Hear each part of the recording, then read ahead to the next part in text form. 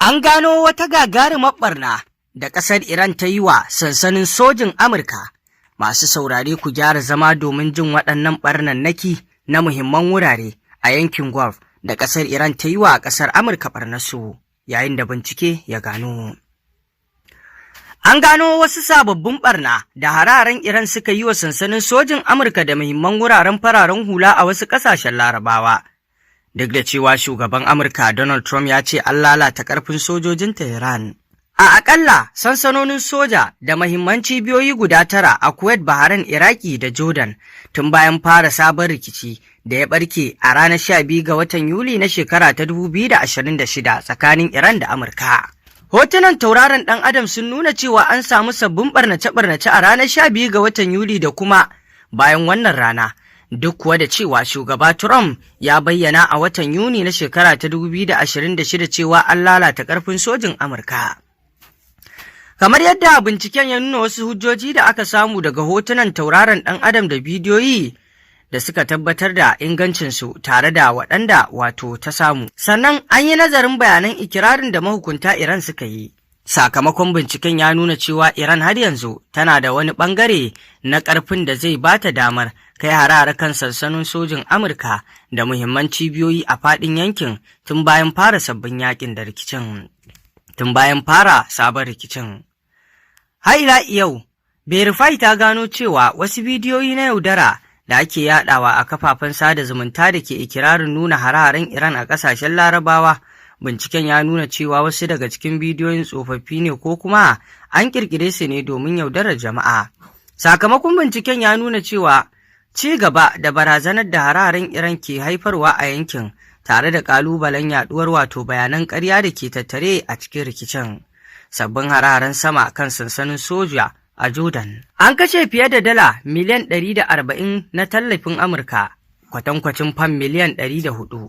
wajen ayyukan bunƙasa sansanonin. Haka kuma rundunar sojin Amurka ta yi amfani da sansanin kamar yadda cibiyar bincike ta Atlantic Council ta bayyana. Ta tabbatar tun a watan Maris na shekara ta 2026 cewa an lalata na'urar rada ta AN/TPY-2 da ke wurin. Wannan radar wani muhimmin ɓangare ne na tsarin kariyar makamai masu linzami na Amurka mai suna THAAD, wanda aka kera domin ganowa da kuma bibiyar makamai masu linzami. Dakarun kare juyin juya halin Iran sun ce hararen da suka kai a watan Yuli sun lalata wurare sama da 20 a sansanin. Kamar yadda bincike ya tabbatar da adadin da wato dakarun na Iran suka bayyana. Amma an kwatanta hotunan tauraron ɗan Adam da aka ɗauka kafin harin da bayan harin ya tabbatar da cewa an sake kai hari kan sansanin a tsakiyar watan Yuli. Hotunan sun nuna lalacewar wani wuri da ake zargin mafakar wato jiragen sama marasa matuƙi ce. Da kuma wato tankunan jiragen sama da dama. Haka kuma an ga wasu gine-gine da kayayyakin aiki a wasu sassan na sansanin sun ƙone sakamakon harin. Barnar da ta auku a sansanin Towa 22. Hotunan tauraron ɗan Adam da aka ɗauka kafin harin da kuma bayan harin sun nuna abin da ake ganin lalacewa ce a sansanin Towa 22, wani wurin sojin Amurka da ke Jordan kusa da iyakokin Siriya da Iraki. Sabbin hotunan sun nuna cewa wurin ya sake fuskantar ƙarin ɓarna sai dai har yanzu ba a tantance girman ɓarnar ko kuma irin tasirin da ta yi wa ayyukan sansanin. A watan Janairu na shekara ta 2024 sojojin Amurka 3 sun mutu yayin da wasu da dama suka jikkata bayan wani jirgi maras matuƙi ya kai hari kan sansanin. Ɓarnar da aka samu a cikin wani sansanin soja a Bahrain. Kamar yadda aka gano shaidun lalacewa a sansanin jiragen sama na Sheikh Isa da ke Bahrain inda sojojin Amurka ke da matsuguni. Hotunan tauraron ɗan Adam da aka ɗauka bayan harin wanda Iran ta ɗauki alhakinsa sun nuna lalacewar wani gini da ke cikin sansanin. Gwamnatin Bahrain ta yi Allah wadai da harin Iran da ta kai a cikin wata sanarwa cewa Iran ta hanyar wannan hari na ci gaba da nuna halayyarta ta ƙiyayya mai tsari, wadda ta ce tana dogaro ne da wato munanan hare-haren da ke kaiwa fararen hula hari a masarautar Bahrain. Lalata wasu kayayyaki da gine-gine a sansanin jiragen sama na Erbil. A gefe guda kuma sansanin jiragen sama na Erbil da ke arewacin Iraki da hotunan tauraron ɗan Adam ya binciko sun nuna shaidun cewa an kai hari a wurin. Kwatanta hotunan da aka ɗauka kafin harin da kuma wato bayan harin ya nuna cewa an lalata wasu ƙananan gine-gine da kayayyaki a cikin sansanin. Sai dai ba a iya tabbatar da takamaiman amfanin waɗannan wurare ba. Irbil na daga cikin wato wuraren da wato suka sha hare-haren jirage marasa matuƙa tun bayan da rikice-rikice tsakanin Amurka da Iran ya sake kamari a yankin gabas ta tsakiya. Gobara ta tashi a wata babbar matatar man fetiri a Kuwait.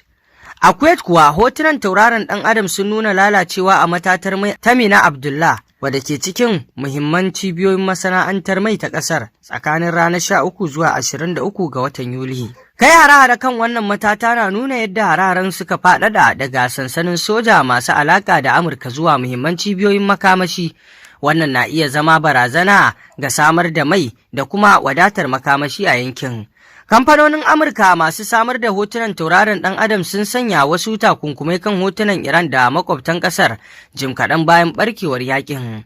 Saboda haka ne wato aka yi amfani da na'urorin hujjojin gani daban-daban wajen tantance girman lalacewar, ciki har da wato bidiyo da hotunan tauraron ɗan adam na hukumar kula da sararin samaniya ta Turai ESA. Bidiyoyi sun kuma nuna wasu abubuwa uku da suka faru a Kuwait, amma har yanzu ba a samu hotunan tauraron ɗan adam da suka tabbatar da su ba.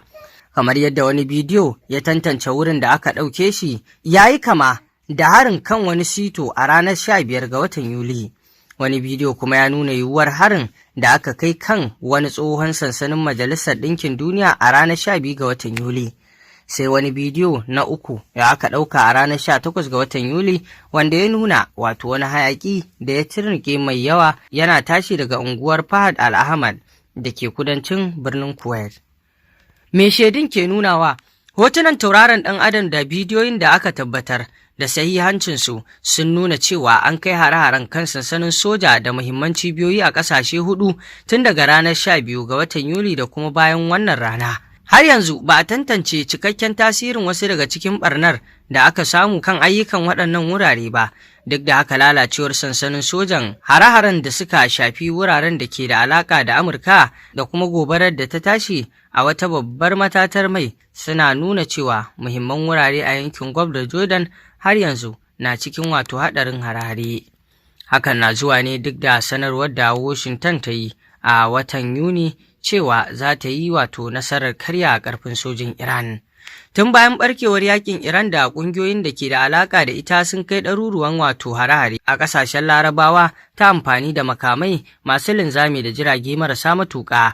Hare-haren sun shafi sansanin soja da muhimman cibiyoyin more rayuwa. Tasirinsu ya kai har zuwa wuraren da fararen hula ke rayuwa a faɗin yankin.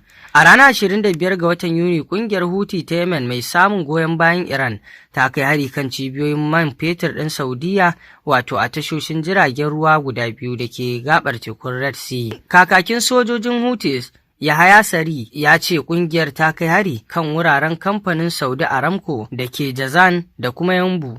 A Masar ma majalisar ministocin ta sanar da cewa wani jirgi maras matuƙi ne ya haddasa gobara a wasu wato tankokin iskar gas guda biyu a tashar jiragen ruwa wato da ke da mita. Gwamnatin ta jaddada cewa lamarin hari ne da aka kai ba hatsari ba ne. Tuma saurare me za ku ce kan wannan batutuwa? Mun gode.